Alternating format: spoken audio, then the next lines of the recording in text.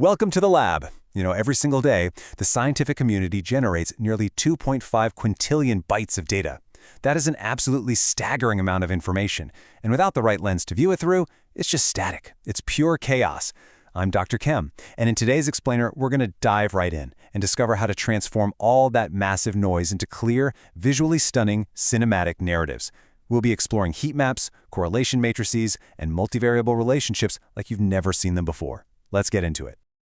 Here's our roadmap for today's explainer.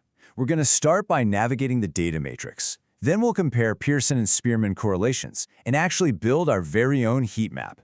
From there, we'll reveal hidden structure through clustering, make sure our visual designs are both responsible and accessible, and finally, we'll wrap up by refining the true art of analysis. Section 1, Navigating the Data Matrix. Let's step right into the matrix, shall we? We really need to examine the overwhelming volume of variables we face when looking at modern omics, like transcriptomics, and all this high-dimensional data. But before we start splashing colors around like abstract painters, we've got to ground ourselves in the math. Covariance, at its core, measures how two numeric variables vary together. But here's the catch. Because covariance is unbounded and completely scale-dependent, we have to normalize it. And that is exactly where the correlation matrix swoops in. It cleanly bounds these relationships between -1 and +1, showing us the exact strength and direction of linear relationships across literally every single pair of variables. Now notice how visualizing these pairs in a scatterplot matrix immediately begins to reveal some hidden clusters. We can seamlessly cross-reference variables, say something like sepal length against petal width. It's pretty intuitive, right? But imagine trying to apply this to thousands of genes.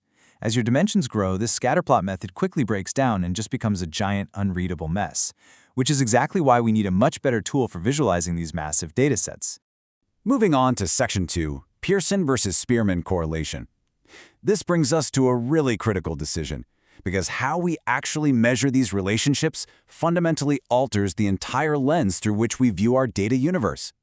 Just look at the stark contrast between these two. Pearson absolutely thrives on clean, linear trends and uses raw values, but, and this is a big but, it is highly sensitive to outliers. Spearman, on the flip side, is this incredibly robust, rank-based metric that measures monotonic association.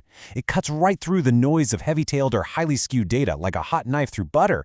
Honestly, if you swap Pearson for Spearman, you might completely change the underlying structural patterns that ultimately appear in your heat map. It's a real game changer. As we look at these scatter plots, observe how those raw correlation coefficients actually translate into distinct geometric shapes. A perfect correlation of 1, that's a tight, diagonal line. A 0, it's just a scattered, fuzzy cloud. This math literally gives physical shape to your data way before you ever apply a single drop of color to a heat map. All right, Section 3, Building the Correlation Heat Map. We have officially reached the climax of our methodology, the moment where we transform a giant wall of incomprehensible numbers into a visually stunning, perfectly legible landscape. Constructing this heat map requires a pretty strict 4-part recipe. Step 1, we prep and normalize the data so our variables are actually comparable. Step 2, we calculate a distance metric, like Euclidean distance, to figure out what's similar. Step 3, we apply hierarchical clustering to group those similarities together. And finally, step 4, the fun part, we generate the visual map itself, swapping out all those raw numbers for a beautiful, intuitive spectrum of color. The moment of reveal really shows how a diverging color scale acts as our primary lens. For correlations, we almost always place 0, or the median, right at the visual center, using a neutral white or black. Then, we use those intense, contrasting colors to immediately draw our eyes to the extreme highs and lows of the dataset. It's like turning the lights on in a dark room.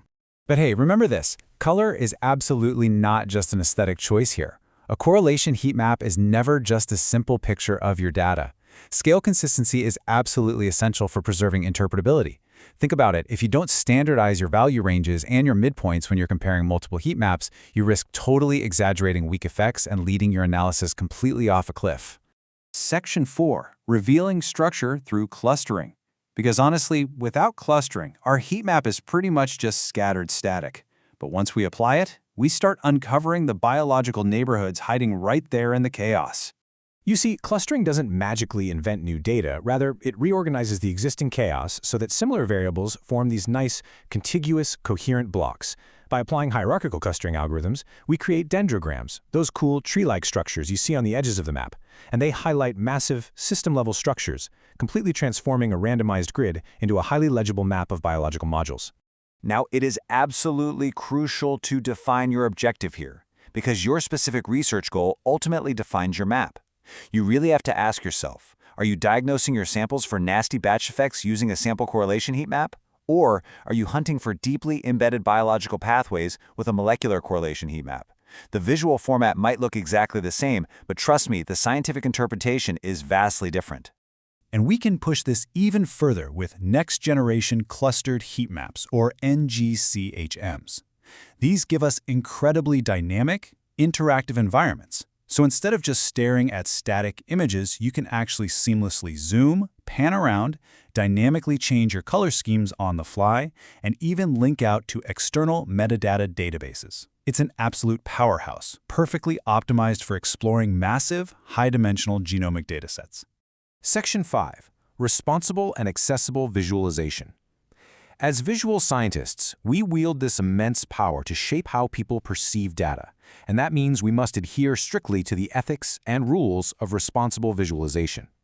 There are 8 key principles here, and they demand that we strip away all the unnecessary distractions.